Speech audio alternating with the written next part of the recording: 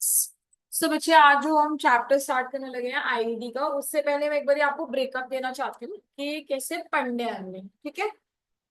Mic एक तो हमारे पास क्या था बच्चे, मैक्रो मैंने आपको बताया था, और जो आईईडी है it is also for how many marks, 40 marks. ठीक है। अभी जो आईईडी है इसमें हमारे पास 3 यूनिट्स हैं।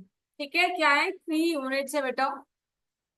यूनिट 1 जो है उसमें हम पढ़ेंगे तब before British era, during British era and the economic planning era. ठीक है जी। सो दैट मीन्स जो भी ये 1700s वाले टाइम से लेके इंडिपेंडेंस तक, दैट इज 1947 48 तक। ठीक है। फिर 47 में जैसे हम वो हुए थे, क्या कहते हैं, आजाद हुए थे। लेकिन आप ये लगा के चलो 1949 तक जो है, that is chapter number 1, unit 1 में चैप्टर नंबर 1 जो आज हम स्टार्ट कर रहे हैं। ठीक है जी। फिर बच्चे हमारे पास 1950, जिसमें हमारी इकोनॉमिक प्लानिंग 1951 से 1990 तक की है। ठीक है जी, जो भी हालत थी। फिर economic planning 1991 onwards, LPG, sorry this is LPG policy जो हमारी आई थी, उसके बाद से अभी तक प्लानिंग के क्या हाल है, नीति आयोग वगैरह। ठीक है, दोबारा से बता रही हूँ। आईडी 4 यूनिट्स में पढ़ेंगे। यूनिट 1 आपको बता रहा है आजादी से मतलब जब वो आए थे ब्रिटिशर्स के आने से पहले, before British rule, during the British Raj and post independence. ठीक है जी। पोस्ट इंडिपेंडेंस कब तक, 1949 तक, तो वो चैप्टर है। सेकेंड चैप्टर बच्चे हमारा है इकोनॉमिक प्लानिंग से, दैट इज 1951 में हमारी इकोनॉमिक प्लानिंग शुरू हुई थी। तो यहाँ पे 1950 से लेके 1990s तक जो भी डेवलपमेंट हुई थी हमारी कंट्री में उसके बारे में है। लास्ट, एलपीजी पॉलिसीज के बाद से अब तक क्या हमारे देश ने तरक्की की है। ठीक है, अलॉन्ग विद नीति आयोग, वो है यूनिट 1। ठीक है जी। यूनिट 1 का this is chapter number 1, this is chapter 2, this is chapter 3 ID. Okay. Next जो यूनिट है वो आपको बताएगी कि हमारे यहाँ पे क्या एम्प्लॉयमेंट है, जितने भी इश्यूज है related to Indian economy, employment कितनी है। ठीक है। हमारा इन्फ्लेशन का क्या हाल है, हमारी डेमोग्राफिक प्रोफाइल कैसी है। तो ये सारे जितने भी इकोनॉमिक कंसर्न्स है ना, हमारे जितने भी और चैप्टर्स हैं वो सारे यहाँ आएंगे कि एग्रीकल्चर, रूरल डेवलपमेंट, वो सारे हम कहाँ पढ़ेंगे, यूनिट नंबर 2 में। लास्ट जो हमारी यूनिट है बेटा वो है कंपैरेटिव ओवरव्यू। क्या है comparative overview, that is only last chapter, chapter number 10 जो हम पढ़ेंगे वो यहाँ है। ठीक है। सो यहाँ पे there chapter 5 chapters, chapter number 4 5 6 7 8 and 9। ठीक है। एंड देन हाँ, कितना है, sorry 6 chapters. And last chapter number 10 है, दैट इज कंपैरेटिव ओवरव्यू, वो हमारा यहाँ पे है। ठीक है। यहाँ पे हमारे पास इन्वायरमेंट है, यहाँ पे इन्वायरमेंट है, अनएम्प्लॉयमेंट है, देन हमारे पास रूरल डेवलपमेंट है, क्रेडिट वगैरह, इन सब के ऊपर जो भी मेरी इकोनॉमी में चीजें जो भी चल रही है बेटा वो सारी है। एंड लास्ट है ना वो कंपैरेटिव ओवरव्यू है, क्योंकि इंडिया, चाइना और पाकिस्तान में, ठीक है, किसने, इंडिया, चाइना और पाकिस्तान ने इकट्ठे ही 1991 में अपनी पॉलिसीज आसपास शुरू की थी। ठीक है। तो हम ये देख रहे हैं कि इंडिया में कितनी तरफ, सॉरी 1951 में, सॉरी 1991 तो एलपीजी पॉलिसीज है ना, इकोनॉमिक प्लानिंग ये वाली जो 1950 के आसपास की जो प्लानिंग हमने शुरू की थी, प्लानिंग कमीशन जिसको बोलते हैं, जिसमें हमारी मिक्स्ड इकोनॉमी आई थी, समझ रहे हैं। तो वो चाइना, इंडिया और पाकिस्तान ने इकट्ठे ऑलमोस्ट एक एक साल के गैप पे इनिशिएट की थी। तो आज के टाइम पे कौन सी इकोनॉमी कैसा परफॉर्म कर रही है वो हम कहाँ पढ़ेंगे, चैप्टर नंबर 10 में, that is under the third unit. ठीक है। और इसमें से 110% एक क्वेश्चन आता ही आता है। ठीक है। यहाँ पे हमारा इजी रहता है, बहुत इजी, सबसे मोस्ट इजी करिकुलम ये है। जो थोड़ा सा बच्चों को परेशानी देता है वो ये वाला एरिया है, चैप्टर 1 2 एंड 3। ठीक है, तो हम यही पहले उठा रहे हैं। सो हैंड रेज मैंने यूज कर दी।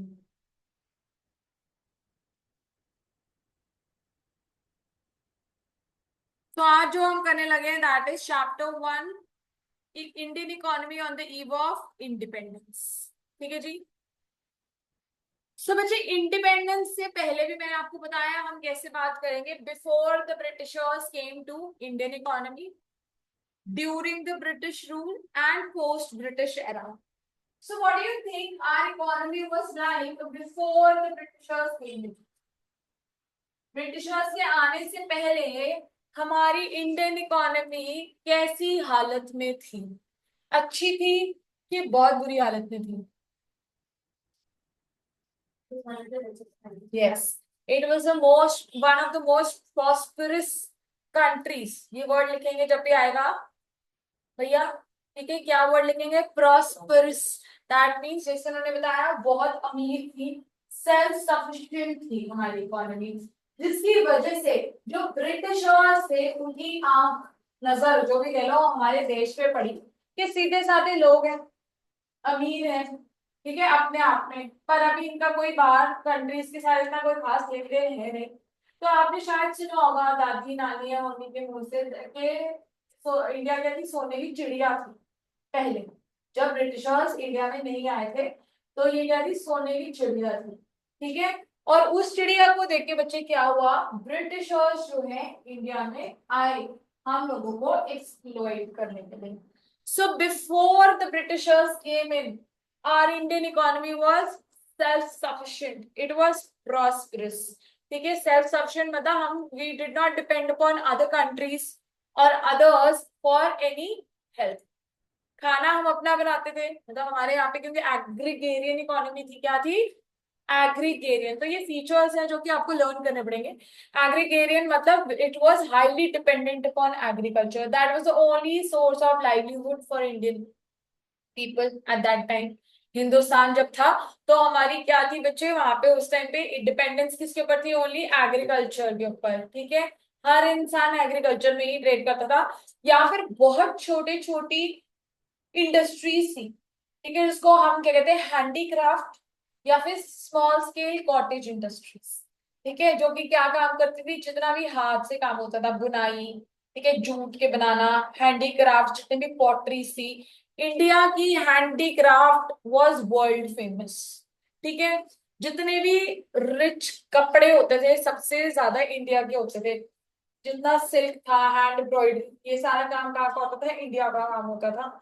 राजा महाराजा पहनते थे उस टाइम पे कपड़े, ठीक है। सो तो नहीं रहा, आपके फोन के सामने बैठो, भी मैंने यहाँ पढ़ाना नहीं शुरू किया। पहले बैकग्राउंड सुन लेंगे, इसलिए नीचे मत देखो। तो बच्चे आ गए। हमारी जो इंडियन इकोनॉमी थी क्या क्या थी बच्चे? Self sufficient and prosperous. And third क्या थी? एग्रीगेरियन इकोनॉमी थी, that means it was dependent highly on agriculture. Very good, ठीक है। इसकी वजह से जो ब्रिटिशर्स थे उनको दिखा रहा दिस इज अ कंट्री जिसको मैं क्या कर सकता हूँ? वहां पे एक्सप्लॉइट कर सकता हूँ। इस वजह से बच्चे जो ब्रिटिशर्स थे, ध्यान से सुनेंगे, किस नाम से आए थे हमारी इकोनॉमी में? किसी को पता है? What was the origin of the Britishers in India? They came with the name of East India Company, ठीक है, very good. East India company के नाम से ब्रिटिशर्स जो है यहाँ पे आए। ओ, तेरा रोज क्या सीधा होके बैठे यहाँ पे? किस नाम से आए थे? ईस्ट इंडिया कंपनी के नाम से आए थे बच्चे, ठीक है। और इन्होंने क्या किया था? बैटल ऑफ प्लासी सुना है हिस्ट्री में? बैटल ऑफ प्लासी नहीं सुना? ठीक है, ये जो है इंडिया में लड़ाई करके इन्होंने, मतलब उस टाइम में जो लड़ाई हुई थी उसका नाम है ना बैटल ऑफ प्लासी, ठीक है। वहां पे लड़ाई करके इन्होंने हमारे यहाँ पे इंडिया में उन मुगलों उनको हराया था, जो भी हमारे वहां पे उस टाइम पे एम्परर थे, आई थिंक वेस्ट बंगाल के थे, राइट। तो उनको हरा के इन्होंने क्या किया बच्चा? यहाँ पे आके राज करने लग गए, ठीक है। राज करने लगे तो ईस्ट इंडिया कंपनी के नाम से ये बहुत ज्यादा प्रेवलेंट हो गए। फिर धीरे धीरे क्या हुआ? ब्रिटिशर्स ने क्या करना शुरू कर दिया, आप थोड़ी मूवीज में जाओ, कब्जा करना शुरू कर दिया था इंडियन स्टेट्स पे। तो राजाओं ने भी ऑब्वियसली रिटालिएट किया था, सुना होगा रानी की झांसी वगैरह, भगत सिंह, इन सब ने कितनी लड़ाइयां लड़ी हैं बच्चे, राइट। तो बच्चा क्या हुआ था, ईस्ट इंडिया कंपनी को इंडियन रूलर्स ने हरा दिया था, ठीक है। इंडियन रूलर्स ने जब हरा दिया तो उसके बाद ब्रिटिश की गवर्नमेंट आई, ठीक है, जिसको हम क्या कहते थे वहां पे, गवर्नमेंट कहते थे, ठीक है। गवर्नमेंट के नाम से बोलते होते थे ये लोग। तो बच्चे गवर्नमेंट, ब्रिटिश गवर्नमेंट जो है वो इंडिया में आई, और फिर जो है पूरा का पूरा हमारा नक्शा जो है बदल गया। इसको उठा दे यार, इसको लास्ट टाइम उठा दे इसको। मैंने देखो बोला सामने ही देख यार, मुझे लग रहा है तू सो रहा है। हाँ, अगेन बेटा, India was a self sufficient and a prosperous Indian मतलब इकोनॉमी थी, जहाँ पे जो कि एग्रीकल्चर थी, that means it was highly dependent upon agriculture for its livelihood. Second बेटा, ब्रिटिशर्स जो है they came in India with the name of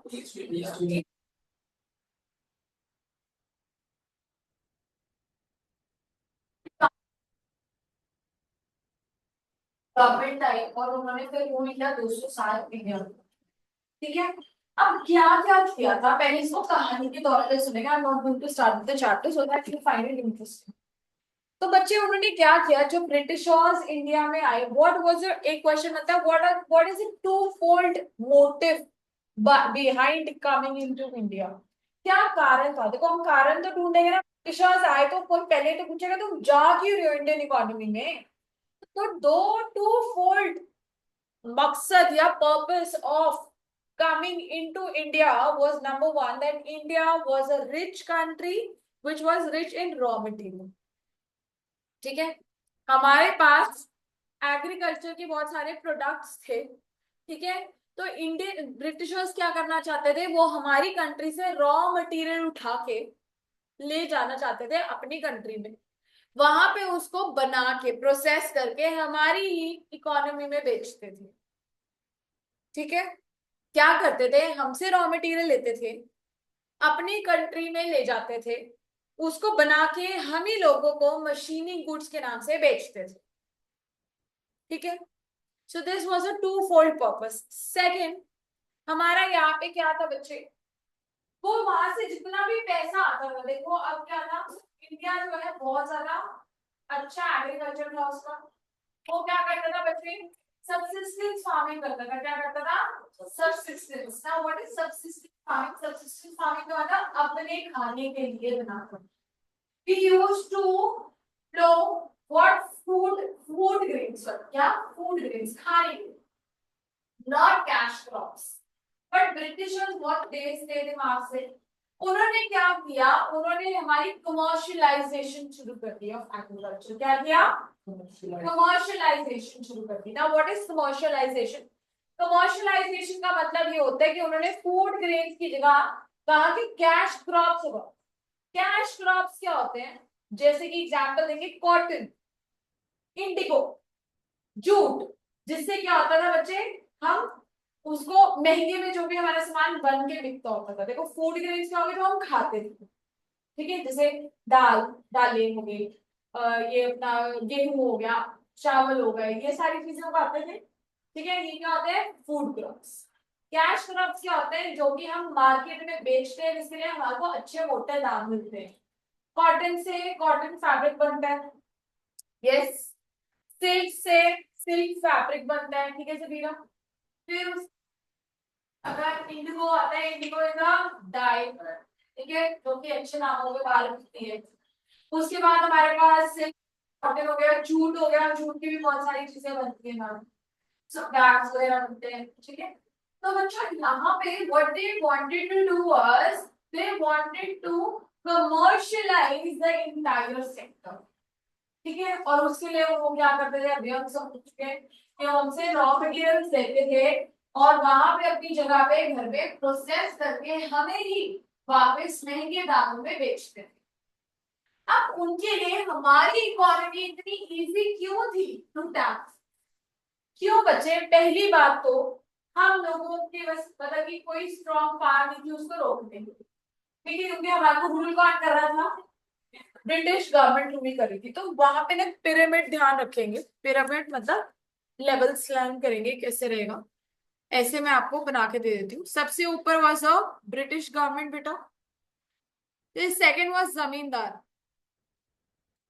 ठीक है, जमींदार से, एंड लास्ट में हमारे पास कल्टिवेटर्स थे या टिलर्स ऑफ द सॉइल थे, ठीक है। दोबारा से, सबसे ऊपर कौन थी? ब्रिटिश गवर्नमेंट, जो कहती थी कि पूरा का पूरा भारत मेरा है, भारत में उस टाइम हिंदुस्तान था, पूरा हिंदुस्तान मेरा है, ठीक है। फिर सेकंड हमारे पास है जमींदार, जमींदार वो थे जो कि ओनर्स थे लैंड के, क्या थे? ओनर्स थे, मेरी जमीन है बट मैं उसको क्यों करूंगी, क्योंकि मैं तो राजा हूँ, है ना। वो क्या करती थी आगे, फार्मर्स को अपना लैंड बेचने नहीं थी, यूज करने के लिए देती थी, ठीक है। तो उनको हम ये जो यूजर्स थे, जो फार्मिंग करते थे, उसको हम क्या कहते थे? टिलर्स या फिर कल्टीवेटर्स ऑफ सॉइल, क्या कहते थे? टिलर्स, TILLERS, टिलर्स या फिर कल्टीवेटर्स ऑफ सॉइल। और जो जमींदार थे वो कौन थे? ओनर्स ऑफ द सॉइल थे, क्या थे? पिरामिड था, सबसे ऊपर कौन था दोबारा से? British government. सेकंड कौन था? जमींदार। नंबर 3 था कल्टीवेटर्स या फिर टिलर्स ऑफ द सॉइल। तो बच्चे ये लोग क्या करते थे? ब्रिटिश गवर्नमेंट कहती थी कि देखो जी जमींदारों, तुम्हारे पास पूरी लिबर्टी है, फ्रीडम है, तुम क्या करो, कल्टीवेटर से जितना काम लेना चाहो उतना काम लो और लगान मेरे को दो, फिक्स्ड अमाउंट मुझे तो चाहिए ही चाहिए इतना। तो जमींदार क्या करते थे? वो भी ऐश कर रहे थे, जितना मर्जी वो निकलवा सकते थे, किससे? कल्टीवेटर से। ब्रिटिश गवर्नमेंट ने तो कह दिया मेरे को तो इतना पैसा हर महीने चाहिए चाहिए रेवेन्यू के फॉर्म में, क्योंकि मैं तुम्हारे ऊपर राज कर रही थी, ठीक है। बेचारे पिसते कौन थे? कल्टीवेटर्स या फिर टेलर्स। उनके पास हम आगे जब डिटेल में पढ़ेंगे, हम पढ़ेंगे कि उन बेचारों के पास सिर्फ और सिर्फ कितना होता था कि वो खाना खा सके, उसके अलावा उन लोगों के पास कुछ भी नहीं बचता था, राइट। तो ये क्या था? एक एग्रीगेरियन इकोनॉमी का हमारा, आगे पढ़ेंगे कि क्या क्या फीचर्स थे या हमने किस तरीके से हमारा जो है एग्रीकल्चर चल रहा था। सेकंड इंडस्ट्रियल सेक्टर पढ़ेंगे यहाँ पे। इंडस्ट्रियल सेक्टर में क्या था बच्चे? हमारे पास हैंडीक्राफ्ट इंडस्ट्रीज थी, क्या थी? हैंडीक्राफ्ट इंडस्ट्रीज थी, small and cottage scale industries थी, जो कि बच्चे धीरे धीरे क्या हो गई? खत्म होगी, डिके होगी, इसको हाथ में डिके हो गई या फिर खत्म हो गई, उनका खत्म, डेड एंड डिके पड़ेंगे हम। इसका मतलब है ब्रिटिशर्स ने क्या किया? हमसे रॉ मटेरियल लिया, अपनी कंट्री में भेज दिया। अब अपनी कंट्री में कैसे भेजते थे? पहले घुमा के भेजना पड़ता था,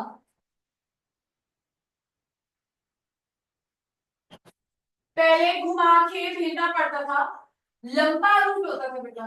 तो ब्रिटिशर्स ने क्या किया? उस रास्ते के लिए एक अलग से कनाल बनाते हैं, जिसको हम स्लूज कनाल कहते थे। क्या कहते थे? स्लूज कनाल। अब वो स्लूज कनाल कब खुला था? हमारा 69 में खुला था, ठीक है। वो लर्न करने में 2 साल, वो इम्पोर्टेंट है, मैं मार्क भी कराऊंगी और लर्न भी करेंगे मैं। तो बच्चे वहां पे सूज कनाल की ओपनिंग हो गई थी, और सूज कनाल से इजी ट्रैक था आने जाने का, तो जो भी गुड्स थे वो इजीली आ जा सकते थे विदाउट एनी टैरिफ और बॉर्डर्स, ठीक है जी। तो गवर्नमेंट वहां से बना के बाहर निकल जाओ, इरिटेट हो रही हूँ मैं, मेरे को बहुत ज्यादा डिस्ट्रैक्ट कर रहे हैं यहाँ 50 बच्चे हैं, ये मेरा ध्यान देखने नहीं जाएगा, तो बाहर जा प्लीज। तेरा हर रोज का है यार तेरा। अभी मैंने कितनी देर हुई है? 15-20 मिनट भी नहीं हुए मुझे, और पूरे डेकोरम क्लास का खराब होता है।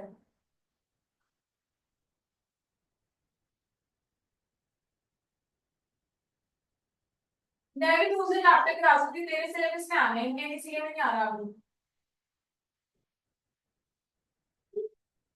Sorry, yes. तो बच्चे अगेन यहाँ से रॉ मटेरियल उठा के कहाँ लेके जाते थे? ब्रिटेन लेके जाते थे। ब्रिटिशर्स कहाँ गए थे बच्चे? ब्रिटेन। वहां से वो लोग क्या करते थे? मशीनी गुड्स बना के हमारी कंट्री में महंगे दामों में बेचते थे, ठीक है। और उस ट्रेड को फैसिलिटेट करने के लिए हमारे पास एक कनाल खोल दिया गया था, जिसका नाम था सूज कनाल, ठीक है जी, जिससे trade was much easier. Okay, last was foreign trade. Foreign trade में यही था कि हमारे यहाँ से रॉ मटेरियल्स लेते थे लेकिन सस्ते दामों पे। कैसे दामों पे? सस्ते दामों पे खरीद लेते थे कि ये तो पागल है बेच देंगे, ठीक है, और हमें फिनिश प्रोडक्ट्स बेचते थे बहुत हाई दामों पे एट exorbitant prices, ठीक है। So this was a dual pricing technology. Tariff, discriminatory tariff policy के नाम से हम आगे पढ़ेंगे।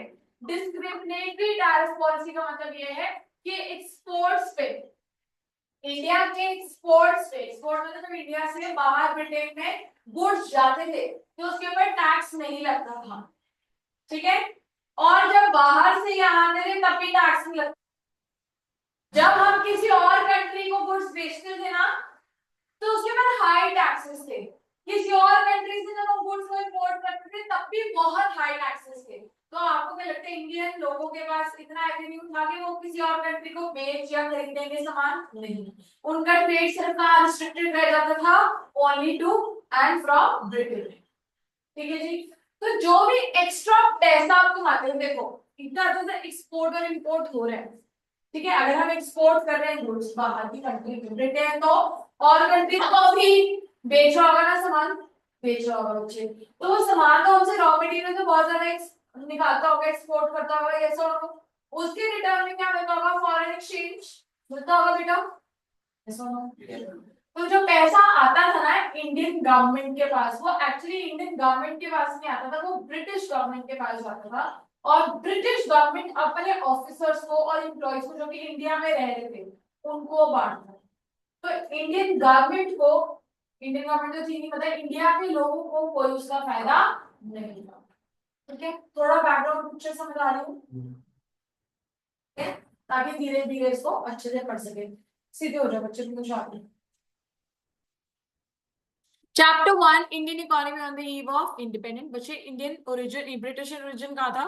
The foundation of British empire was laid by the battle of Plassey found fought in 1757। So star mark कर लेंगे, लिख लेंगे 1757 लिखा हुआ है यहाँ पे। British rule over India change the Indian history. The foundation of British empire was laid down by the battle of Plassey fought in 1757। It is an important date, can come up in fill in the blanks या फिर, ठीक है, उस हिसाब से आ सकता है answer. So answer is what? Battle of Plassey in 1757, ठीक है। इससे ब्रिटिशर्स जो है हमारी कंट्री में आना शुरू हुए थे, किस नाम से? ईस्ट इंडिया कंपनी से, ठीक है। After the revolution of 1857, revolution का मतलब जब सारे ये लड़ने लग गए थे, जब इन्होंने ब्रिटिशर्स को भगाने की कोशिश करी थी, हमारे मार्टर्स ने, बेचारों ने, जो मरे देश की आजादी के लिए, उस टाइम पे ईस्ट इंडिया कंपनी को खत्म कर दिया गया था, ठीक है। जब ईस्ट इंडिया कंपनी बुरी तरीके से हार गई थी तो कौन आया उठ के? पूरी सेना आई, ब्रिटिश गवर्नमेंट आई इंडिया में, ठीक है, और ब्रिटिश गवर्नमेंट कहती है अब मैं राज करूंगी, ओके जी। So after the revolution of 1857 the rule was transferred from the East India Company to the British crown, that means British government आ गई, ठीक है। तो यहाँ पे साल क्या याद रखना है? 1757। What was the name of the battle? Battle of Plassey, ठीक है जी। Number 2, basic purpose or aim of Britishers. But the purpose of British rule in India was to use Indian economy as a feeder economy. Feeder economy में मैंने आपको समझाया कि क्या चाहते थे कि इंडियन इकोनॉमी से हम क्या कर सके? रॉ मटेरियल्स निकाल निकाल के। फीडर कौन होता है? जो फीड करता है, खिलाता है। तो कहते थे हम क्या चाहते हैं कि इंडियन इकोनॉमी ब्रिटिश इकोनॉमी को ऐसे से मुंह में खुशियां डाले, फीड करे, किस चीज से? रॉ मटेरियल्स, ठीक है। तो नंबर 1 जब पूछेंगे what was the two fold motive of British rule in India, number 1 they wanted to make Indian economy of feeder economy. Feeder economy का मतलब समझ लेंगे दोबारा से, जो कि रॉ मटेरियल्स हमारे को दे सस्ते दामों में, ओके जी। So number 1 feeder economy, development of the British economy के लिए। Finally after 200 years India gained independence on the 15th of August 1947, we know Britishers took over raw materials and sold it to them sold us their finished goods. So what was the two-fold motive? Number 1, feeder economy बनना चाहते थे, वो कहता था कि Indian economy क्या बने? Feeder economy. Second was कि हमें जो इंडियन इकोनॉमी क्या करे? रॉ मटेरियल्स प्रोवाइड करे और उसके बदले हम क्या करेंगे, उनको फिनिश गुड्स देंगे वापस। ठीक है, नंबर वन क्या है, फीडर इकोनॉमी। नंबर टू क्या है, रॉ मटेरियल्स लेके फिनिश गुड्स हमें हम उनको प्रोवाइड करेंगे। सो this was the to main fold motive of British rule in India. ठीक है, मैं लर्न कराऊंगी साथ में साथ में, मुझे पता है काफी बच्चे परेशान करते हैं। ठीक है, इसलिए आप उनको go very slow. Number one क्या है दोबारा से, feeder economy. Number two is import export of raw materials so that they can import finished goods in Indian economy.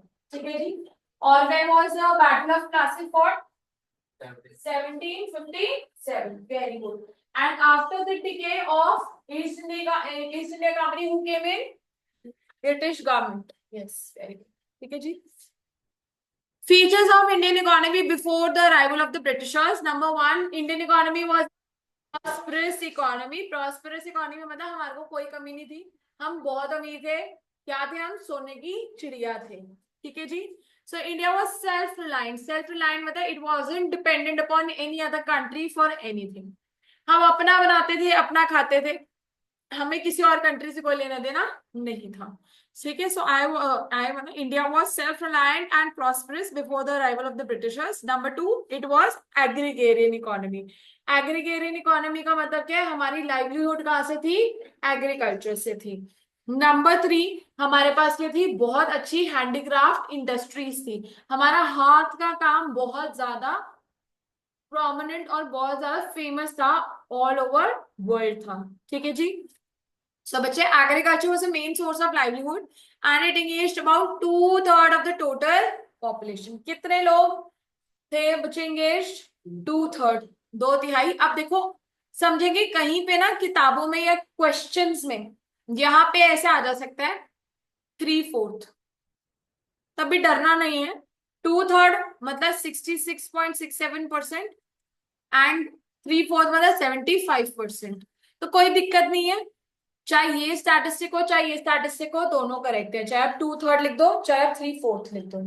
ठीक है, तो डरना नहीं है कि कहीं पे मैम ने अगर आपके स्कूल में 75% बोल दिया और 3/4 तभी चलेगा।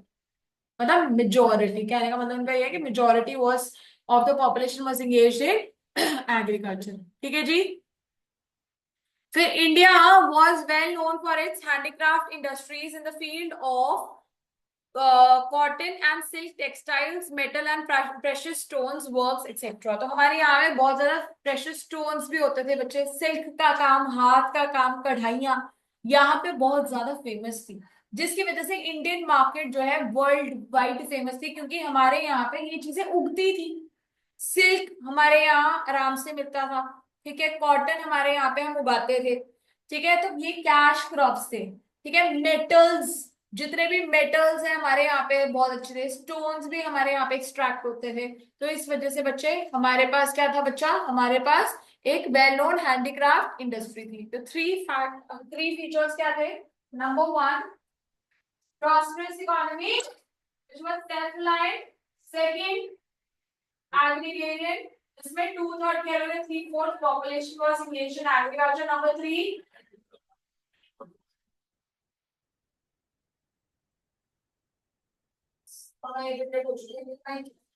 उठाना नहीं चाहती,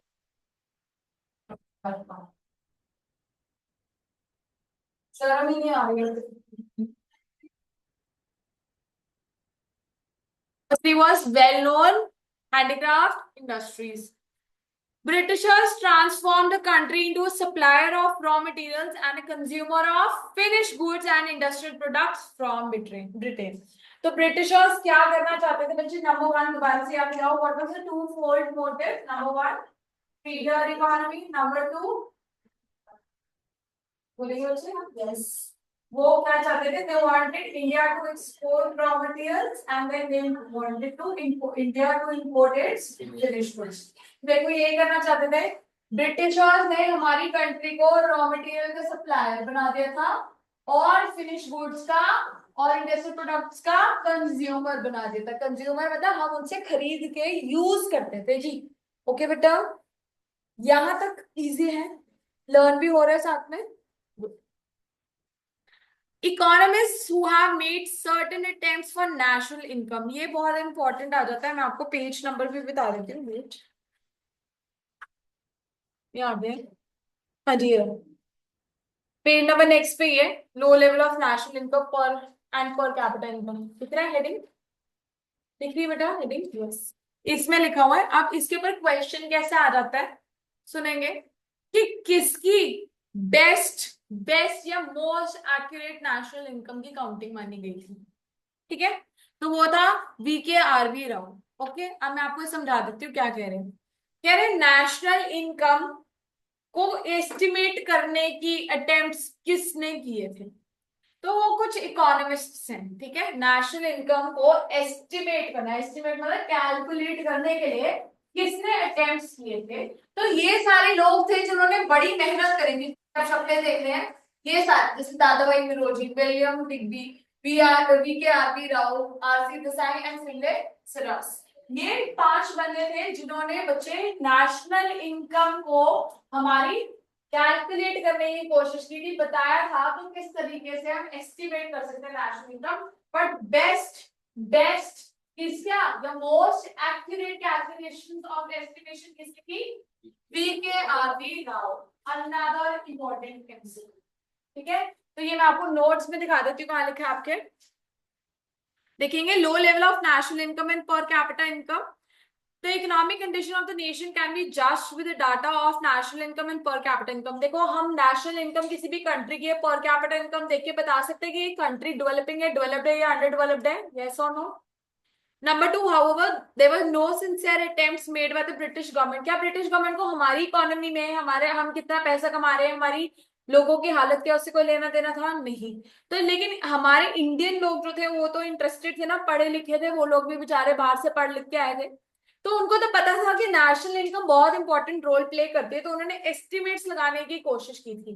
किस किसने करी थी, अब ये लिखा हुआ देखो, some individual attempts were made, individual मतलब अलग अलग, इन सब ने कोशिश करी थी, दादा भाई नरोजी, विलियम डिग्बी, फिनलिस रास, VKRV Rao and RC Desai, but किसके सब, लेकिन इन सबके क्या था, कॉन्फ्लिक्टिंग एंड इनकंसिस्टेंट रिजल्ट्स थे, कॉन्फ्लिक्टिंग मतलब किसी एक की भी फाइंडिंग एक दूसरे के साथ मैच नहीं करती थी।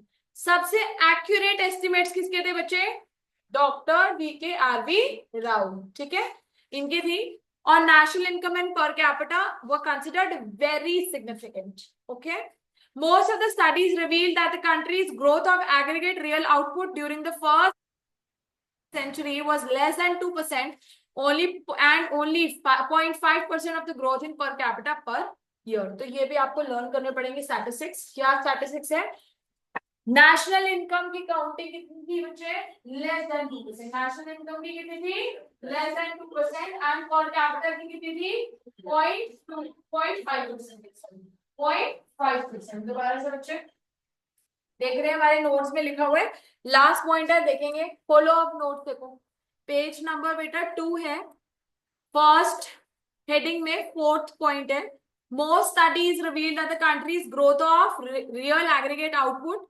वाज कितना, 2%, तो real, sorry, this was not national income, this was GDP, ठीक है, GDP कितना था बेटा, less than 2%, and per capita कितना था, 0.5%। दोबारा से लर्न करते हैं, आज अब तक हमने कौन सी डेट्स लर्न की है, एक तो बैटल ऑफ प्लासी थी, कौन से साल में थी, 1757, yes, very good.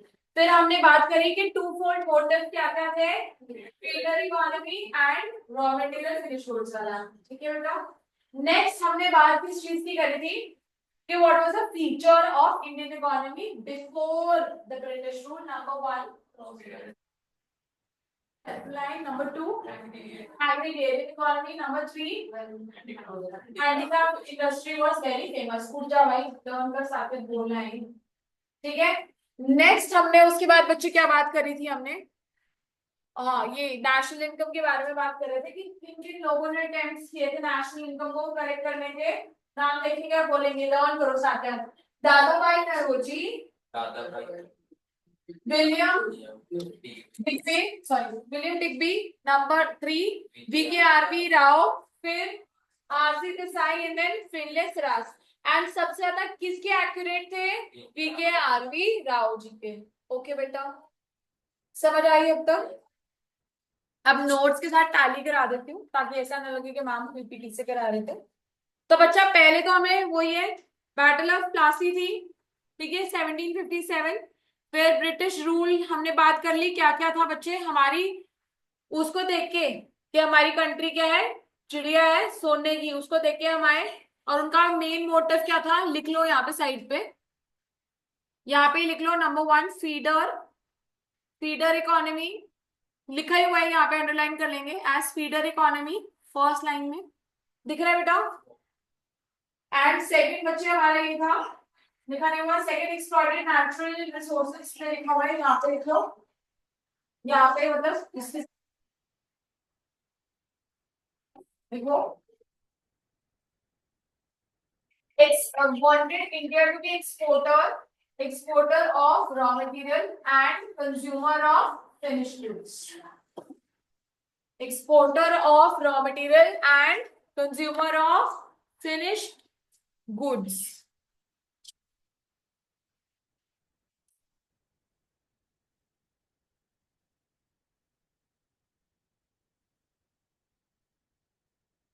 Export and consumer of finished goods. लिख लिया बच्चा। फिर उसके बाद अब यहाँ पे आपके नोट्स में एक लिखा हुआ है टेक्सटाइल इंडस्ट्री इन बंगाल, ठीक है। तो यहाँ पे एक तो ये बन सकता है कि टेक्सटाइल इंडस्ट्री सबसे ज्यादा कहाँ पे थी, बंगाल की फेमस थी बच्चे, ठीक है। अब यहाँ पे कहानी सुनेंगे क्या है, मुस्लिन ना, मुस्लिन मुस्लिन करके एक मुस्लिन कॉटन कपड़ा होता है, सूट होता है, मम्मी से पूछना कभी, थोड़ा महंगा आता है। तो मुस्लिन कॉटन जो है वो बहुत ज्यादा सुपीरियर क्वालिटी की कॉटन मानी जाती थी उस टाइम पे, ठीक है। और वो कौन पहनते थे, राजा महाराजा पहनते थे, और वहां की इंडस्ट्रीज कहाँ पे सेटअप थी बच्चे, बंगाल में थी। तो उसके बारे में हम पढ़ रहे देखेंगे।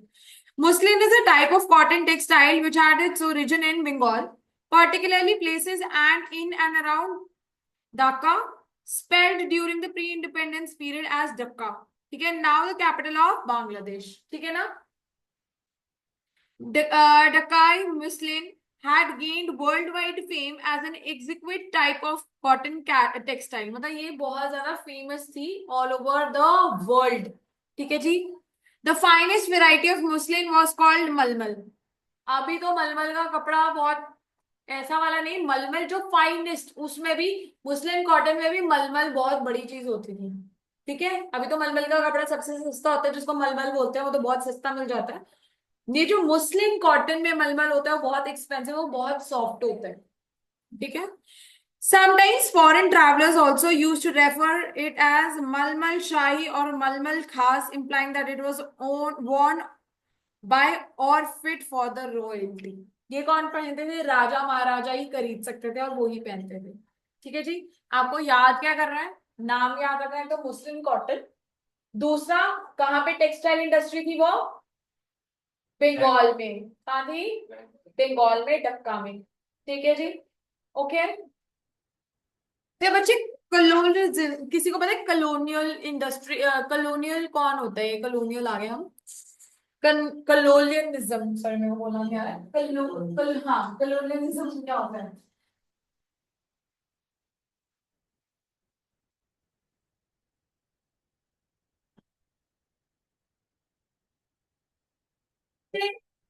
कलोनियल गवर्नमेंट, कलोनियल रूल का मतलब होता है जो कि ब्रिटिश गवर्नमेंट के हमारे यहाँ पे, वो कौन होता है जो कि डोमिनेट कर रहा है या रूल कर रहा है, रूलर को कलोनियल, और जो रूल हो रहा है, जो रूल हो रहा है वो हमारी क्या होती है, कॉलोनी, ठीक है ना।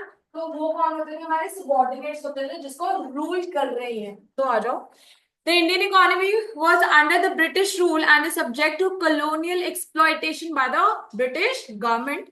ये तीनों सेक्टर को हम यहाँ पे इस चैप्टर में तीन सेक्टर्स पढ़ेंगे, तीनों में 1, 2 और 3 चैप्टर्स में हमारे पास तीन सेक्टर्स जो पढ़ने वाले हैं, वो कौन है, agriculture, industrial and foreign sector.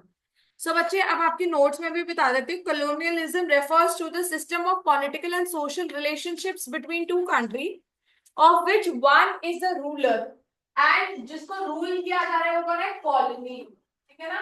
देखो जो रूल कर रहा है, कलोनियलिज्म क्या है, प्रोसेस है, ठीक है। ये कलोनियल रूल क्या है, जहाँ पे एक रूलर है और एक कॉलोनी है।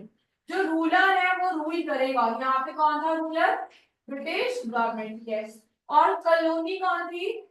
Indian government, yes sorry India. India जो हिंदुस्तान था वो क्या था बच्चे? एक कॉलोनी था। ठीक है जी।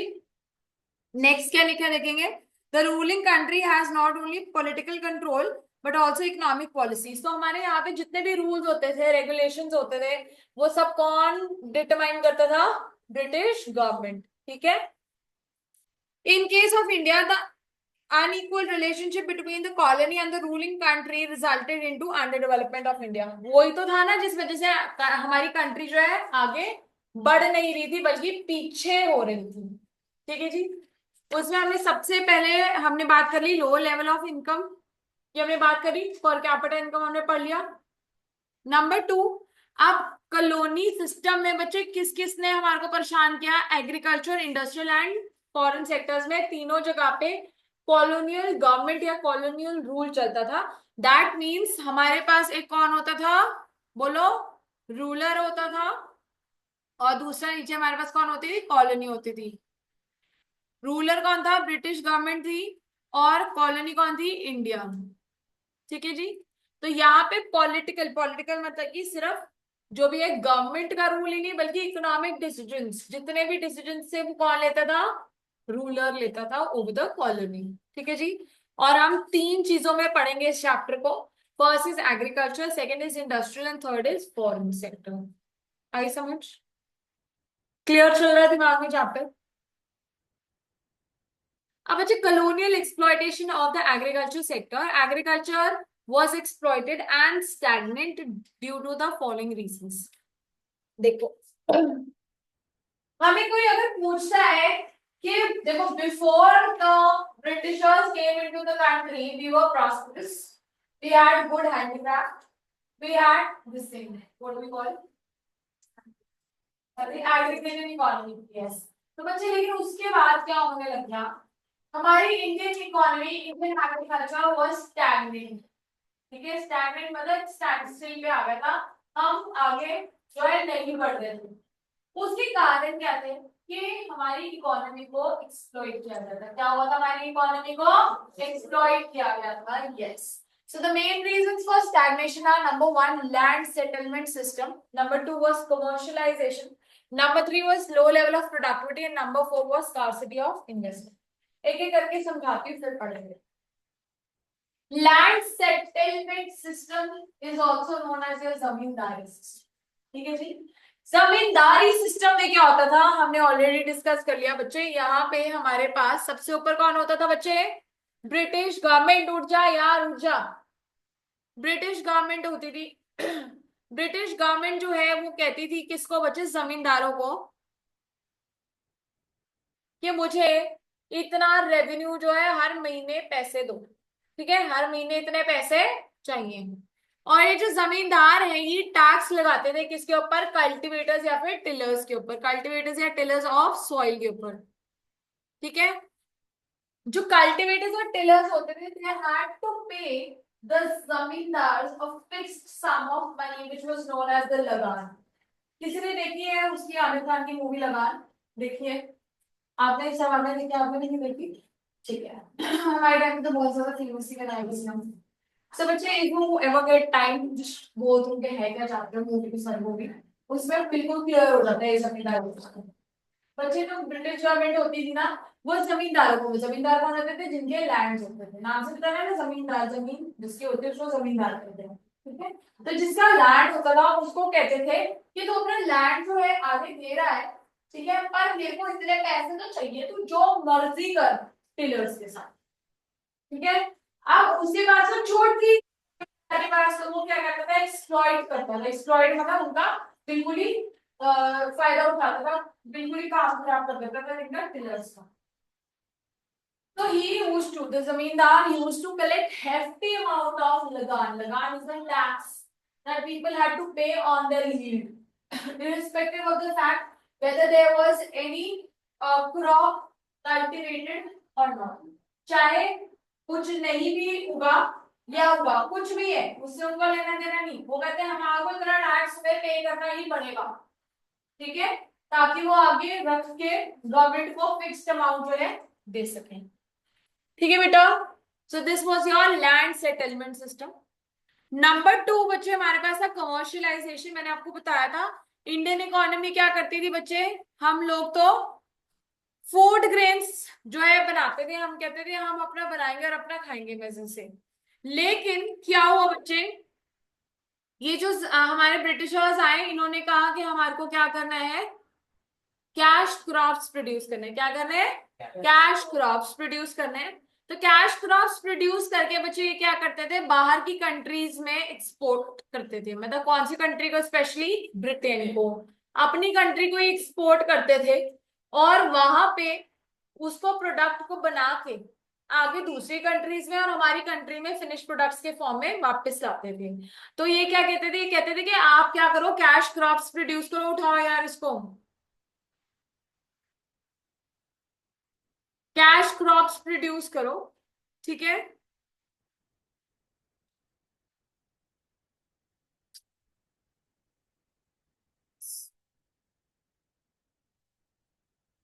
कैश क्रॉप्स प्रोड्यूस करो उन्होंने कहा था। और कैश क्रॉप्स क्या होते थे बच्चे, हमारे लैंड की फर्टिलिटी को खराब करते थे। लैंड जो है वो खराब हो जाता था, क्यों, क्योंकि उसमें बहुत ज्यादा जो सॉइल है, देखो जब उसमें अच्छी एक तरह की चीजें उगेंगी जो ज्यादा न्यूट्रिएंट्स खींचती है, तो लैंड क्या हो जाता था, बैरियर हो जाता था, बेस इनफर्टाइल हो जाता था। क्योंकि हम क्या करते थे, हम पैसा तो इन्वेस्ट करते नहीं थे जमीन ना, देखो जो टिलर्स है उन बेचारों के पास तो अपना खाने के लिए भी मुश्किल से पैसे होते हैं। तो जमींदारों को लेना देना होता नहीं था कि टिलर्स जो मर्जी करे उनको तो अपने लगान से लेना देना होता था। ब्रिटिश गवर्नमेंट कहती थी मेरे को क्या है, जो मर्जी कर दो, ना मेरा लैंड है ना मैं उस पर काम कर रही हूँ, मुझे तो अपने रेवेन्यू से मतलब है। तो ना ब्रिटिश गवर्नमेंट और ना ही जमींदार कोई भी जो है लैंड की फर्टिलिटी के ऊपर इन्वेस्ट करने के लिए तैयार नहीं था। ना ही इरिगेशन सिस्टम हमारे पास है, we used to heavily rely upon rain. ठीक है, रेन अच्छी आएगी तो अच्छी फसल उगेगी उगेगी सॉरी, ना फर्टिलाइजर से ना पेस्टिसाइड से। ठीक है, एच वाई सीड्स तब तक नहीं आएगी। ठीक है, तो क्या होता था, बस हम मॉनसून और ये सीजनल वेरिएशंस और ये जो हमारा नेचुरल रिसोर्सेज होती थी उसी के ऊपर हम डिपेंडेंट रहते थे फॉर आवर क्रॉप नीड्स। ठीक है, तो यहाँ पे हमारा जब कैश क्रॉप्स उगते थे ना बच्चे, जो ऑलरेडी लैंड की प्रोडक्टिविटी होती थी ना, एक बार ही उगने के बाद वो फिनिश हो जाते थे। तो बच्चे अब के टाइम पे हम कहते हैं क्रॉप रोटेशन करो। एक बार अगर आपने से सपोज इंडिगो उगाया तो एक बार उसमें चावल उगाया, एग्जैक्टली। ठीक है, ताकि लैंड की फर्टिलिटी जो है बनी रहे।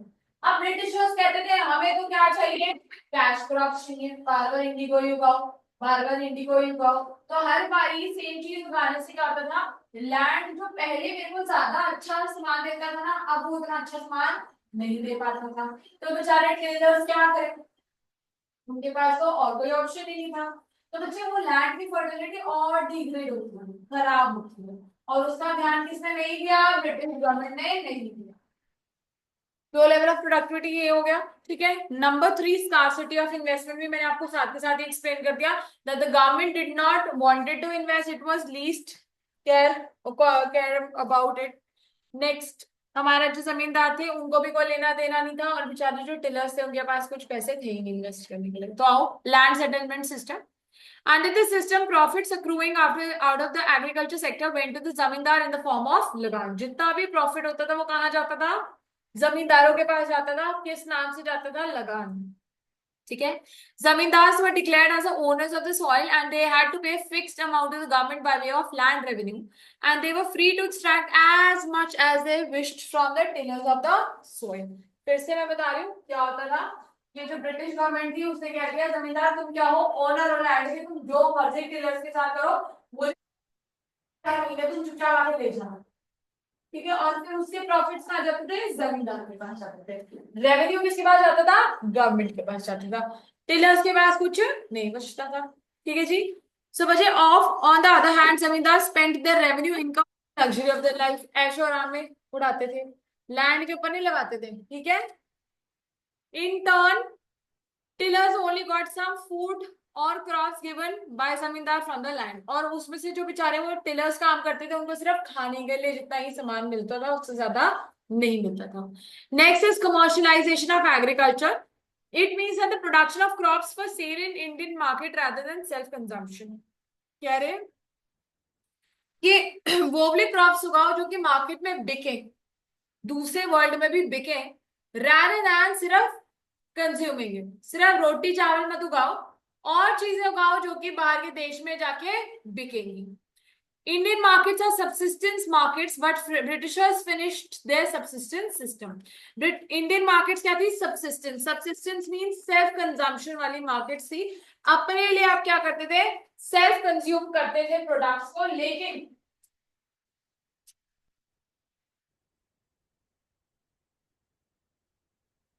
हाँ, देखो नहीं गई, मेरे को कितना कुछ नहीं आना पड़ेगा मारने के लिए।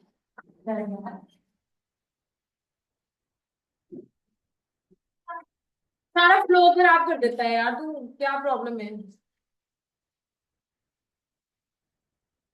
ब्रिटिशर्स क्या करते थे? क्या करते थे?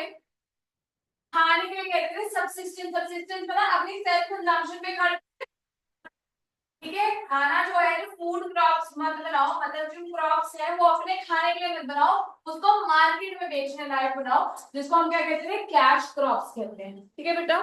सो again it means a production of, ऊपर take, production of crops for sale in the market. Number two, Indian markets are subsistence markets. Indian markets क्या थी? सबसिस्टेंस। सबसिस्टेंस मतलब जो कि अपने खुद के खाने के लिए बनाते, ठीक है। और ब्रिटिशर्स क्या कहते थे? Don't become a subsistence market, rather become a commercial market, right. So they उन्होंने क्या कर दिया? फिनिश कर दिया सबसिस्टेंस सिस्टम को। Britishers force farmers to produce cash crops. Cash crops like cotton, jute, indigo, ठीक है। कॉटन और जो बोलते हैं जूट, इंडिगो, ठीक है। उसके बाद सिल्क, ये सारी प्रोडक्ट्स को कहते थे बनाओ। Rather than food crops. Food crops क्या होगा? जो हम खाते हैं, व्हीट, राइस, पल्सेस वगैरह, वो कहते हैं वो मत उगाओ, उसकी जगह ऐसी चीज उगाओ जो मार्केट में आप बेच सको, ठीक है। which led farmers ultimately into debt. Why did farmers ultimately become into came into the debt trap? वो क्या करते थे बच्चे? देखो खाने के लिए खुद के लिए बस थोड़ा सा बचाते थे, उसमें वो मार्केट में बेचते थे। अब वो जो मैं आपको बता रही, लैंड के ऊपर आप बार बार कैश क्रॉप्स बनाओगे तो उसकी फर्टिलिटी क्या होगी बच्चे? कम होगी। यस, फर्टिलिटी अगर कम हो रही है बच्चे, उनके पास पैसे हैं नहीं खुद कुछ बिजनेस में लगाने के लिए, फर्टिलाइजर के लिए, सीड्स भी उनको क्या करने पड़ते थे? पैसे तो थे नहीं, क्या करते थे? लोन लेते थे, मनी लेंडर्स। अब मनी लेंडर्स क्या करते थे? उनका फायदा थोड़ी ना सोचते थे, वो कहते थे हमारे को और पैसे दो, ठीक है। इंटरेस्ट के ऊपर इंटरेस्ट लगता रहता था, ठीक है। उसको पे करने के लिए उनको एक और डेट लेना पड़ता था, उसके ऊपर फिर इंटरेस्ट लगता था, एंड सो ऑन। इस तरीके का विशियस सर्कल चलता रहता था, जिसकी वजह से हमारा जो ये जमींदारी सिस्टम था ये बहुत ज्यादा खराब कर रहा था, और हमारे फार्मर्स जो है वो सुसाइड भी करते थे बहुत ज्यादा, राइट। So बच्चे again next, low level of productivity. Our land is less productive due to low level of technology. हमारे पास टेक्नोलॉजी उस टाइम पे नहीं थी, आज के टाइम में बहुत सारी है। नो इरिगेशन फैसिलिटी, हमारे पास कोई एक्सटर्नल हेल्प नहीं थी कि जहां से वाटर आएगा, rather we were just completely and totally dependent upon rainfall, monsoon. No fertilizers, insecticides और पेस्टिसाइड्स, ये सारी चीजें भी नहीं थी। Cultivators had neither means nor any incentive to invest in the culture. Cultivators कौन थे? जो काम करते थे, टिलर्स, यस, ठीक है ना। उनके पास बच्चे मीन्स, मीन्स मतलब पैसे नहीं थे, और पैसे अगर वो कहते हैं हम कर भी लेंगे तो हमने क्या करना है? ना हमारे को पैसे मिलने हैं उससे, और ना ही हमारे को कोई, मतलब कि और हम और ज्यादा किसमें? डेट ट्रैप में घुसेंगे। यस। सो इंसेंटिव, इंसेंटिव मतलब कोई मोटिवेशन भी नहीं थी, ना पैसा था, ना मोटिवेशन थी, ठीक है जी। क्या क्या नहीं था? ना पैसा था, ना मोटिवेशन थी बिजनेस में इन्वेस्ट करने की, एग्रीकल्चर में इन्वेस्ट करने की, ओके जी। British rule spend less little on agriculture, technical और मास एजुकेशन।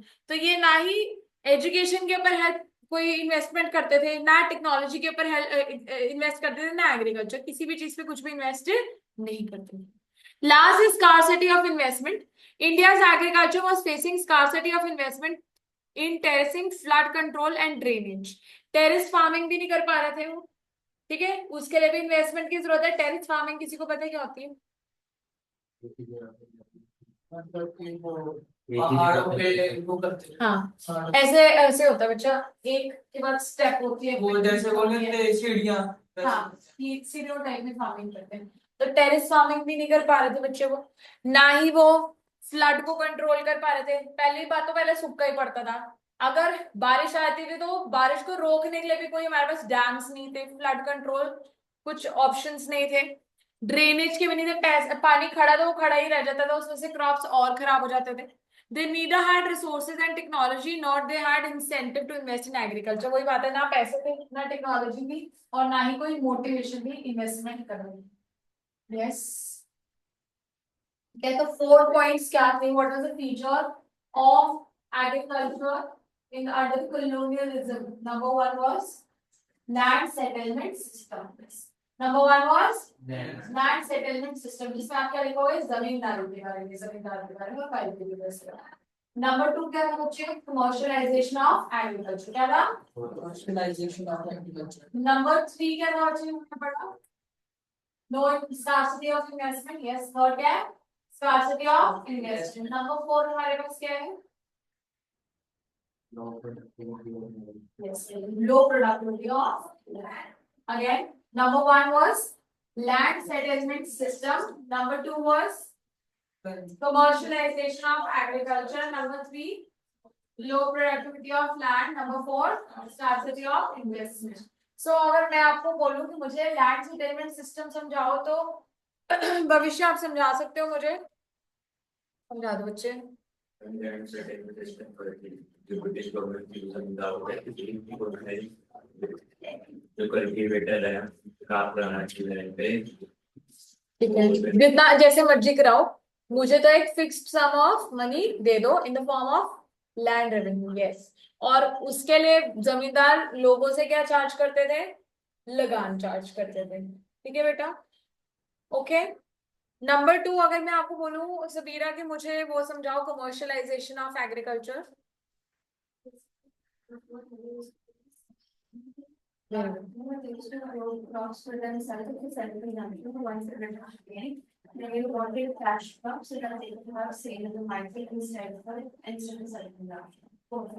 बच्चे use low productivity of land नहीं करते थे बच्चे, पैसे नहीं, ना टेक्नोलॉजी ना कोई इसमें जैसे कोई भी किसी भी चीज को कंट्रोल नहीं कर सकते थे, उनसे कोई चीज कंट्रोल जैसे कि फ्लड नहीं कंट्रोल होते थे, टेरेस फार्मिंग अच्छी तरह नहीं होती थी, ड्रेनेज टैप नहीं से। तो दे नीदर हैड, ये भी जरूर लिखना है, they neither had means nor any incentive for investment. ना ही उनके पास कोई पैसा था, ना ही कोई मोटिवेशन थी इन्वेस्ट करने की। ओके जी,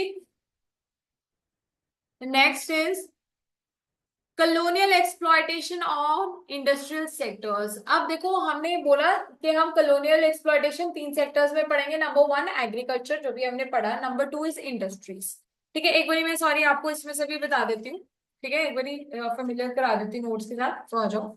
बच्चे, agriculture system during the British era, हमारा एग्रीकल्चर, इंडियन एग्रीकल्चर सेटिस्फैक्टरी बिल्कुल भी नहीं था।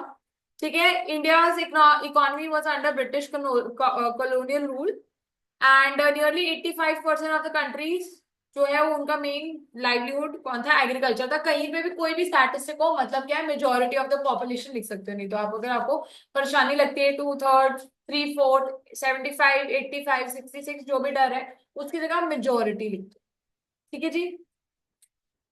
फिर उसके बाद बच्चा यहाँ पे, even with a large proportion of population engaged in agriculture, the country was not self-sufficient in food and raw material for industry.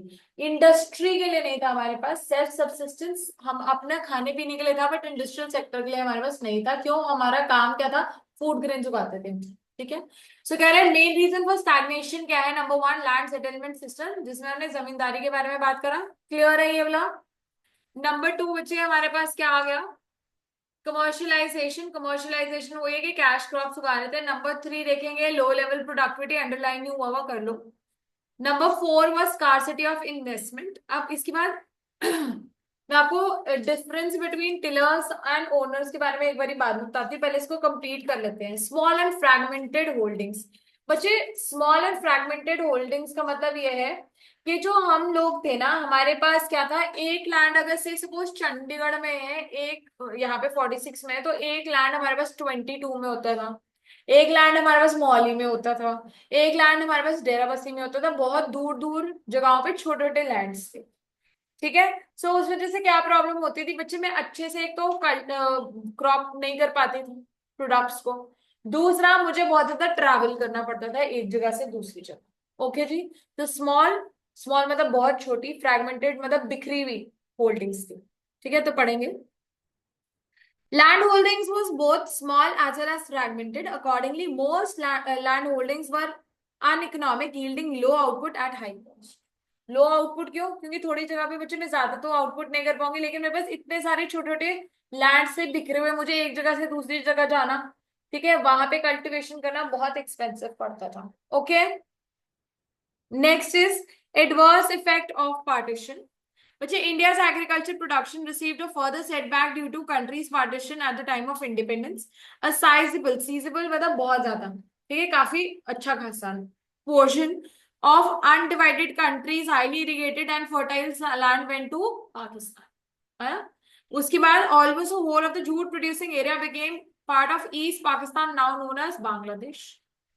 India's jute good industry, which has enjoyed a world monopoly so far, suffered heavily due to the lack of raw materials. ठीक है, partition वाले time पे कह रहे हैं कि बहुत ज्यादा जो इरिगेटेड लैंड था वो कहाँ चला गया, पाकिस्तान में। जो हमारी जूट की इंडस्ट्रीज थी वो कहाँ चली गई थी, यस, ईस्ट पाकिस्तान में, जिसका नाम क्या, बांग्लादेश है आजकल के टाइम पे। तो इस वजह से जो हमारी इंडियन टेक्सटाइल इंडस्ट्री जो कि इंडिया में थी, वो क्या, कोई रॉ मटेरियल उनके पास होता था नहीं, तो इस वजह से वो खत्म हो गई थी। ओके। नाउ नेक्स्ट, अब मैंने आपको बताया what is the difference between owners and tillers, मैं ऑलरेडी बता चुकी हूँ। ओनर्स कौन होते हैं, जमींदार। टिलर्स या कल्टिवेटर्स कौन होते हैं, जो कि उसके ऊपर काम करते हैं, फार्मर्स। ठीक है जी, पेजेंट्स भी बोल देते हैं उसको। ओके। इंडस्ट्रियल सेक्टर बेटा, although agriculture had dominated Indian economy during the pre-British period, but some Indian industries, particularly those containing special products, enjoyed worldwide reputation. India is particularly known for its handicraft industry. Like agriculture, India could not develop a sound industrial base under the British rule. The poor state of industrial sector during the British rule is illustrated in the following parts. Number one, यहीं से देख लेंगे, D industrialisation. देखो, industrialisation का मतलब होता है setting up of new industries. De industrialization का मतलब होता है कि खत्म हो रही है जो भी एग्जिस्टिंग इंडस्ट्रीज है, वो भी अब क्या होंगी, वाइंड अप होगी, फिनिश होगी, फिनिश होगी, बिल्कुल खत्म। ठीक है जी। तो वो कैसे हो, ब्रिटिशर्स ने क्या करा बच्चे, हमारी हैंडीक्राफ्ट इंडस्ट्री जो है दो तरीके से खराब करी। तो ये भी पूछा जा सकता है, what is a two fold way in which the britishers destroyed our industrial sector. ठीक है, number one is raw material लेते थे एट चीपर रेट्स और उसको अपनी इंडस्ट्रीज में मशीनों में बनाते थे, और हम लोगों को क्या करते थे, हाई रेट पे फिनिश प्रोडक्ट्स जो है बेचते थे।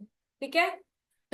This twofold policy led to the decline of Indian industries. तो दोबारा से I'm telling you एक क्वेश्चन बनता है, what is the twofold policy of the Britishers which led to de-industrial sector, de-industrialization, or the industrial sector to finish? Their dead end decay of industrial sector. तो twofold policy में क्या है, raw material सस्ते दामों में खरीदते थे, finish goods हमें ही महंगे दामों पर बेचते थे।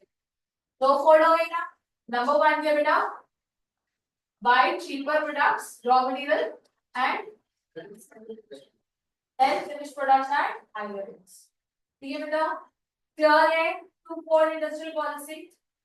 This led to what, deindustrialization. How, listen, बच्चे इंडिया खुद के पास तो रॉ मटेरियल कुछ बचता नहीं था बनाने के लिए, और बाहर बाहर से मशीनी प्रोडक्ट्स बन के आते थे, जो कि क्या होते थे, गुड, आगे हम पढ़ेंगे नीचे।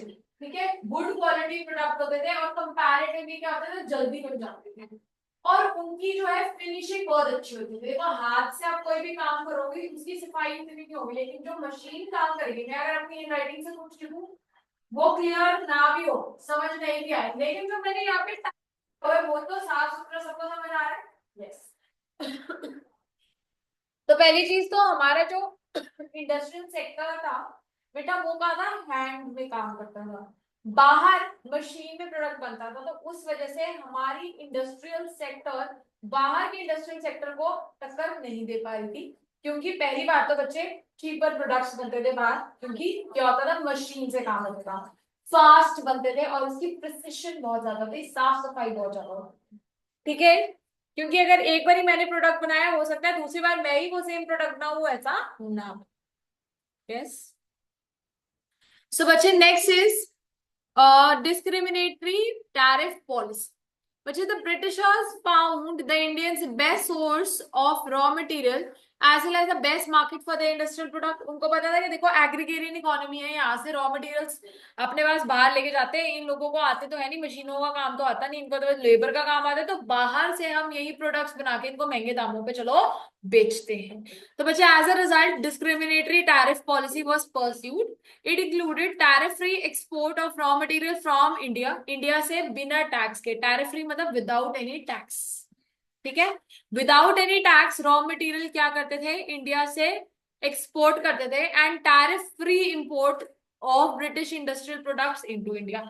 और बाहर से ब्रिटिशर्स से जो भी प्रोडक्ट बनते थे वो इंडिया में भी विदाउट टैक्स होते थे। तो इन शॉर्ट, इंडिया और ब्रिटेन के बीच की ट्रेड क्या होती थी, टैरिफ फ्री होती थी, इसमें कोई भी टैक्स नहीं लगता था। लेकिन अगर इंडिया किसी और कंट्री को एक्सपोर्ट करता था तो उसके ऊपर हेवी टैक्सेस थे, किसी और कंट्री से इंपोर्ट करता था तो भी हेवी टैक्सेस थे। समझ आ गई बात?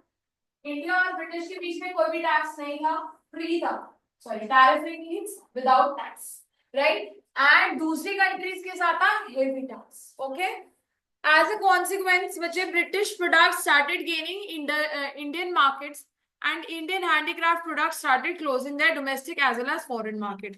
क्योंकि बाहर से बच्चे प्रोडक्ट बिना टैक्स के यहाँ आ जाता था, और आगे हम पढ़ेंगे कि साफ सुथरा होता था, लो क्वालिटी यहाँ होता था, बाहर अच्छी हाई क्वालिटी होती थी, प्रिसिशन होती थी।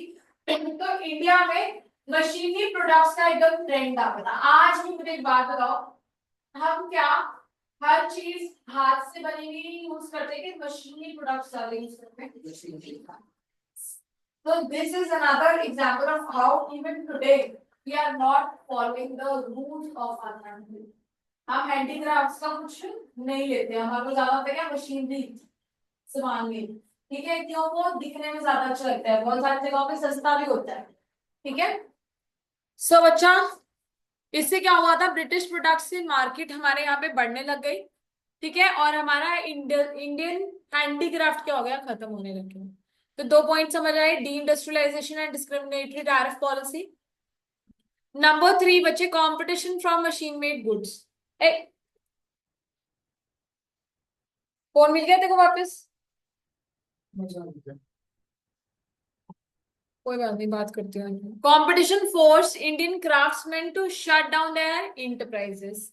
क्राफ्टमैन कौन होता है, जो कि हैंडीक्राफ्ट का काम करते थे, उन लोगों को हम क्राफ्ट्समैन कहते थे। ठीक है, कलाकार जो थे, ठीक है, आर्टिस्ट, वो जो है उनको अपनी दुकानें बंद करनी पड़ी। क्यों? क्योंकि बच्चे जो मशीन मेड प्रोडक्ट्स है ब्रिटेन के, वो क्या होते थे, सस्ते होते हैं। मशीनी प्रोडक्ट्स कंपैरेटिवली सस्ते होते हैं, हाथ का काम महंगा होता है। जैसे एग्जांपल लेंगे, कभी आपने मम्मी को सुना है ऐसे बोलते हैं कि जो मशीन का जो वो होता है, मशीन की कढ़ाई वो सस्ती होती है, लेकिन हैंड वर्क जिसपे वो होता है, हाथ की एम्ब्रॉयडरी महंगी होती है। सुना तो होगा वैसे, चलो मम्मी से नहीं सुना, आपको खुद ही पता होगा।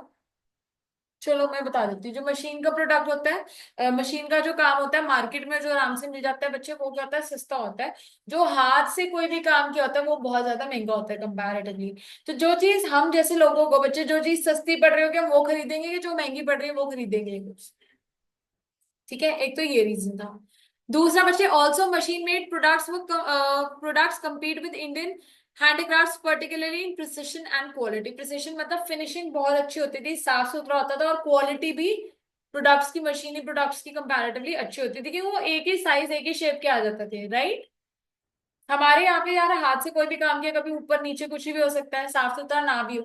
तो इस वजह से बच्चे हमारी इंडियन इकोनॉमी जो है, इंडस्ट्रियल सेक्टर जो है, वो फेल हो गया था किसके आगे, ब्रिटिशर्स के मशीनी गुड्स के आगे। 3 पॉइंट्स क्लियर है। नंबर 4 बच्चे, low contribution to GDP since industries have perish. Perish मतलब खत्म हो गई थी। हमारी इंडियन इंडस्ट्रीज क्या हो गई थी, पेरिश हो गई थी। So there was no production of goods and services. अगर थी नहीं, इंडस्ट्रीज थी नहीं, तो क्या गुड्स एंड सर्विसेज प्रोड्यूस हो पा रहे थे? नहीं हो पा रहे थे। So the growth rate of the new industrial sector and its contribution to GDP remained very small. तो इस वजह से बच्चे जो ग्रोथ रेट था न्यू इंडस्ट्रियल सेक्टर का, और जो उसकी इंडस्ट्री उसकी कंट्रीब्यूशन थी, क्योंकि गुड्स ही नहीं प्रोड्यूस हो रहे थे, तो क्या हम जीडीपी में कंट्रीब्यूट कर पा रहे थे कुछ? जीडीपी क्या होती है? It is a value of final goods and services which is produced in the economy over the period of 1 year. अब पूरे साल में अगर कुछ प्रोड्यूस ही नहीं हो रहा, तो क्या जीडीपी में कोई कंट्रीब्यूशन होगी? नहीं होगी बेटा। उसके बाद बच्चे, next is adverse effect of decline of handicraft industry, high level of unemployment. बेटे अगर मेरी इंडस्ट्री सेटअप है, उसके अंदर जो लोग थे, अगर मेरी इंडस्ट्रीज बंद होगी तो लोग अनएम्प्लॉय हो जाएंगे। उनको हम क्या कर देते थे बच्चे, जो ऑलरेडी लोगों को जिनको रोजगार मिल रही हो रही थी, उनको भी निकाल दिया गया था, क्योंकि इंडस्ट्रीज बंद नहीं हुई थी। ठीक है। सो बच्चे यहाँ पे the decline of Indian handicraft resulted in unemployment which forced Indian artisans to take up agriculture। तो जो लोग इंडस्ट्रीज में काम कर रहे थे, उनको भी क्या करना पड़ गया? पैसे तो कमाने थे, क्या करना पड़ गया बच्चे? एग्रीकल्चर में जाना पड़ गया। क्या करना पड़ गया?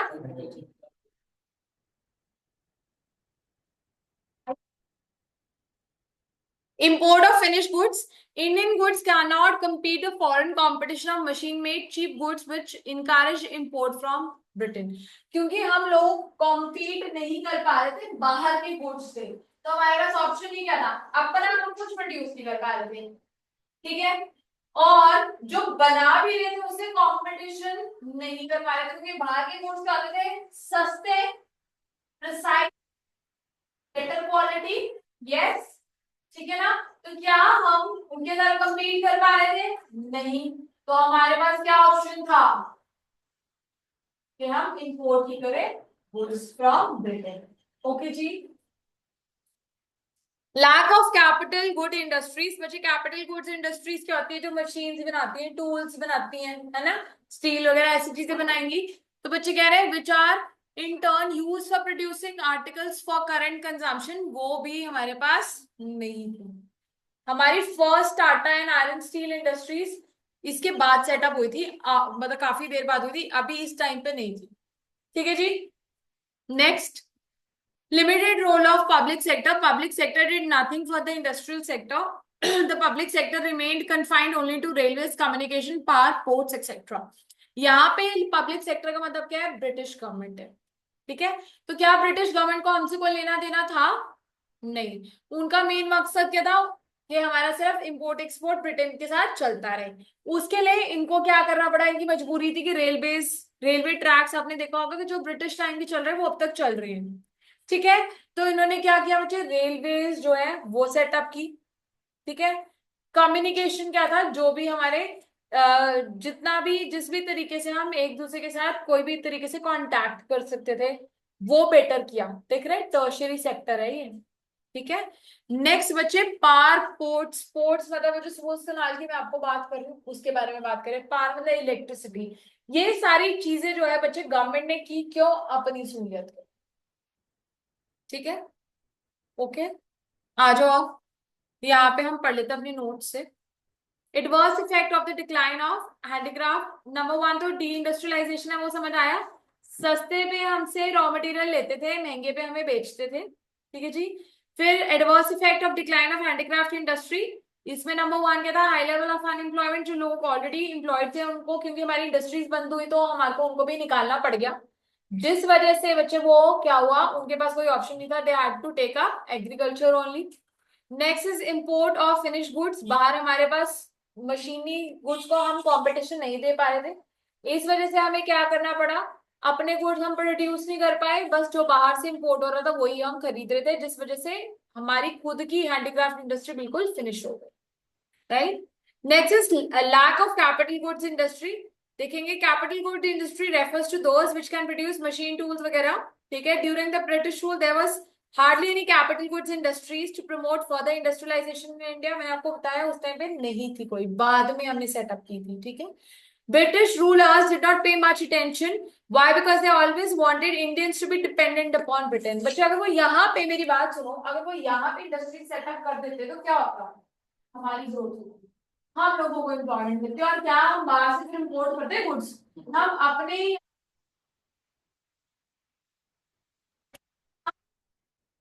हम उनसे इम्पोर्ट करते हैं। इस वजह से उन्होंने कभी भी कोशिश ही नहीं की यहाँ पे कैपिटल गुड इंडस्ट्री सेटअप करने की। ठीक है। लो कंट्रीब्यूशन टू जीडीपी, क्योंकि कोई गुड्स ही नहीं बन रहे तो जीडीपी की तरफ कंट्रीब्यूशन क्या ही होनी थी, right.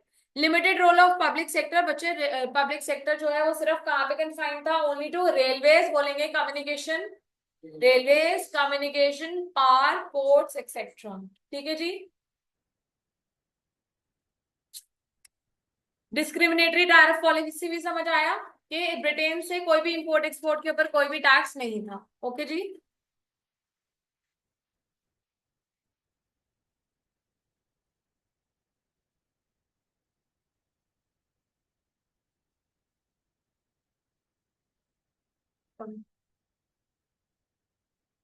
Do you want me to stop? ठीक है, कोई दिक्कत नहीं।